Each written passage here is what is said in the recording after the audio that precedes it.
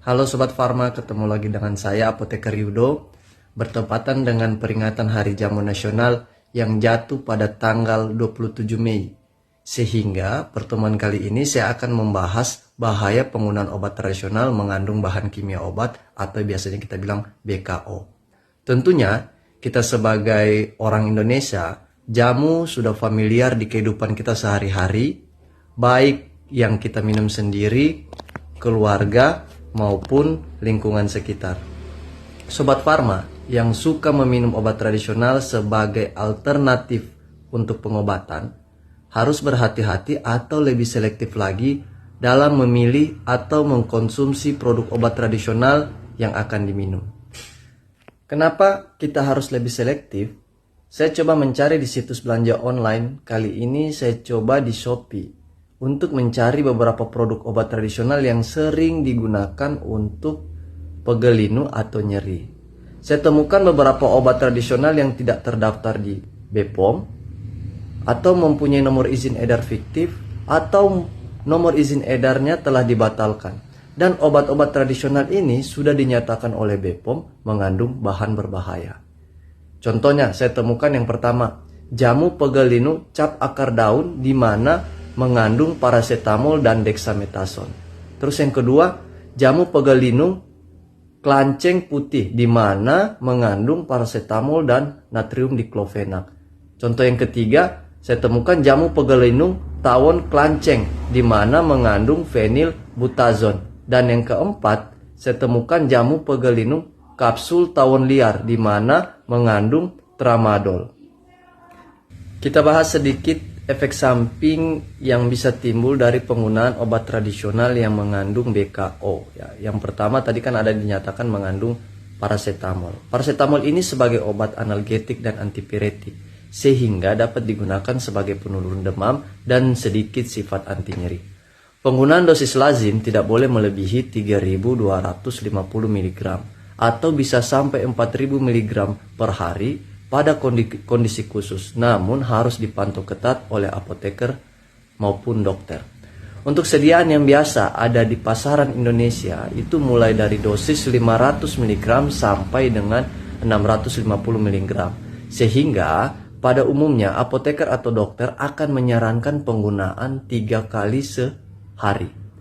Paracetamol ini dimetabolisme di hati, sehingga penggunaan jangka panjang dari paracetamol tanpa kontrol ketat dari apoteker maupun dokter dapat menyebabkan kerusakan hati.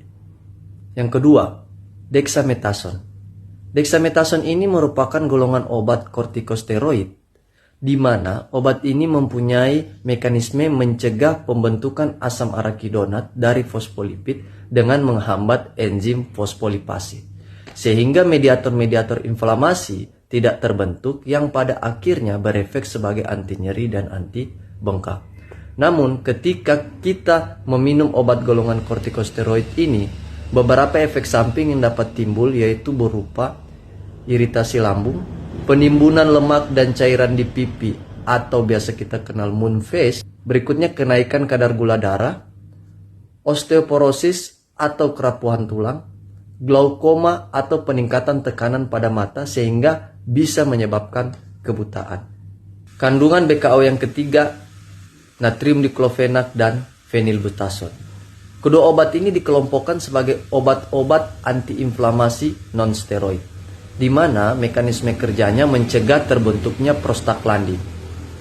Prostaglandin ini berperan dalam proses inflamasi dan nyeri. Efek samping yang bisa terjadi dari penghambatan prostaglandin ini dapat menyebabkan gangguan lambung atau gastritis. Selain efek samping pada lambung, ada efek samping lain karena penggunaan obat golongan ini yang perlu diperhatikan. Yang pertama, pada penderita asma berat, penggunaan obat OAINS ini dapat memicu eksaserbasi atau perburukan gejala pernapasan. Yang kedua, pada pasien yang punya riwayat masalah pada jantung, perlu berhati-hati karena bisa meningkatkan risiko serangan jantung. Yang ketiga, penggunaan jangka panjang OAINS ini dapat juga menyebabkan gangguan pada ginjal.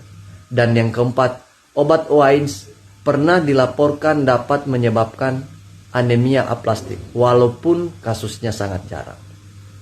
Bahan kimia obat berikutnya yaitu tramadol. Tramadol merupakan opioid sintesis yang bekerja di otak dan tulang belakang atau sistem saraf pusat untuk mengurangi rasa sakit. Tramadol umumnya digunakan untuk mengobati nyeri sedang hingga parah yang tidak dapat dihilangkan dengan obat pereda nyeri jenis lainnya seperti golongan OAINS. Contohnya natrium diklofenak, fenilbutazon, meloxicam, piroxicam, asam mefenamat, dan sebagainya. Yang perlu menjadi perhatian ketika menggunakan tramadol, tramadol ini memiliki risiko penyalahgunaan dan kecanduan yang dapat menyebabkan overdosis dan kematian.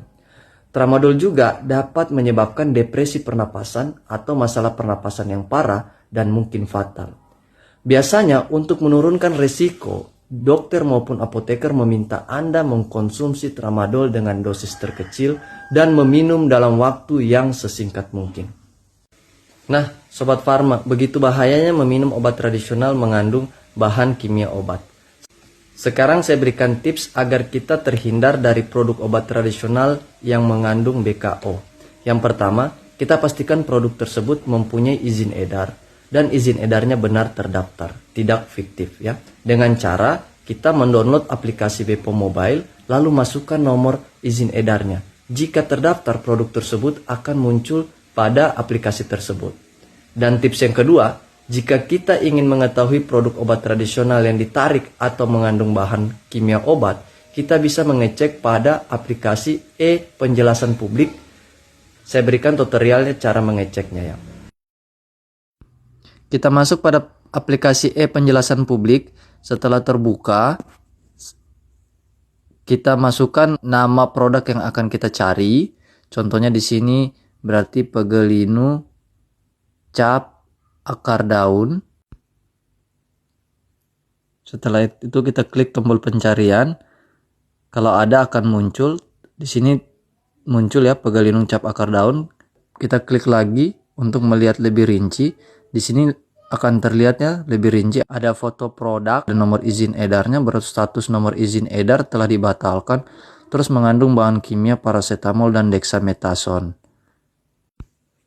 Kita kembali ke halaman awal untuk mencoba mencari produk yang kedua ya, yaitu kelanceng putih ya. Jadi diklik saja di pencarian, habis itu kita pilih. Di sini terdapat dua produk ya, ada kelanceng putih, ada asam urat kelanceng putih. Kita coba cek satu persatu ya. Yang pertama kita coba cek kelanceng putih. Terlihat ada foto, ada nomor izin edarnya, status nomor izin edar fiktif ya. Bahan kimia yang terkandung fenilbutazon. Kita coba cek yang kedua ya, asam urat kelanceng. Di sini status izin edarnya fiktif, mengandung paracetamol dan natrium diklofenak. Kita coba cek produk berikutnya ya, yaitu tawon liar. Masukin saja di pencarian, kita pilih. Di sini muncul beberapa produk ya, kita coba cek tawon liar kapsul.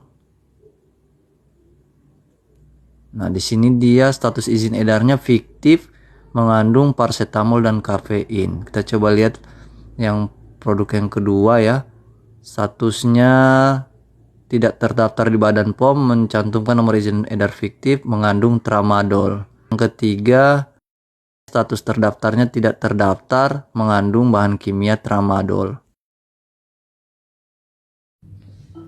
Oke Sobat Farma, kesimpulan dari pertemuan kita kali ini, efek samping bisa terjadi atau tidak berbeda pada tiap pasien. Dengan dosis minimum yang sesuai ketentuan, efek samping bisa terjadi dan perlu menjadi perhatian. Bagaimana jika kita meminum dengan dosis yang tidak kita ketahui, seperti obat tradisional yang mengandung BKO tersebut, dan kita gunakan dalam jangka waktu yang panjang? Tentunya sangat berbahaya. Oke, sekian pertemuan kita kali ini, sampai jumpa. Bye-bye.